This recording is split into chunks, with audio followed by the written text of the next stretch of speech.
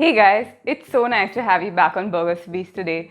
For those of you who are new to this channel, I'm Kripa and nutrition is my jam. So growing up, for most of us, milk was our first food. We were told we required for protein and for strong bones. But today people aren't so sure. They're saying it contains a lot of unhealthy chemicals that affect your gut and your skin negatively. But nutrition is based on science and not opinion. So today we're going to go over 3 myths about dairy. Firstly, you need to know that dairy or milk contains a sugar called lactose, and you need an enzyme called lactase which is in your body to digest it.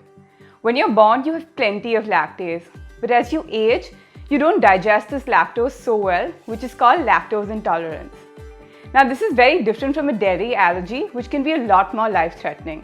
So if you're allergic to dairy, definitely avoid it. But if you're mildly lactose intolerant, you can experiment with different kinds of products and see what works for you.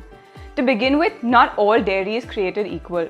Because fermented products like kefir, dahi and even paneer are a lot easier to digest because the process of fermentation allows the bacteria to eat up the lactose and make it easier to digest. Even ghee and butter contain very trace amounts of lactose. So unless you're severely intolerant, you can experiment with a few of these. Next up, we've been told that you require dairy for calcium, but that's not true at all because you get calcium from a lot of other sources like green leafy vegetables, beans, nuts, and even seeds. In fact, excessive dairy consumption can work against you by increasing your calcium loss in some cases. Last up, let's speak about dairy and hormones. Now, all milk contains hormones, even breast milk does. In order to produce this milk, the dairy mammal needs to be in some stage of pregnancy or lactation.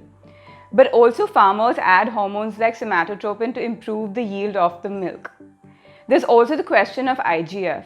Whenever you drink milk, this IGF will improve in your body, but that happens with any protein, be it plant-based or animal-based. So it's not isolated to dairy alone. Now, with regard to the previously spoken about hormones, the estrogen and the growth hormones that are added, these rarely ever make it to the human bloodstream. But on an ethical level, it is probably questionable at very best. So if you are someone who loves animals and you avoid dairy for that reason, please go ahead. There's nothing wrong with it. Long story short, you don't need dairy to live a healthy lifestyle. If you avoid it because you're intolerant, allergic, you don't like it, or for ethical reasons or environmental purposes, go ahead. But if you do choose to include dairy, do so in moderation. So that's it for today, guys. If you like what you see and want to stay updated with the latest fitness, nutrition and health tips, like and subscribe below. Until next time, keep beasting.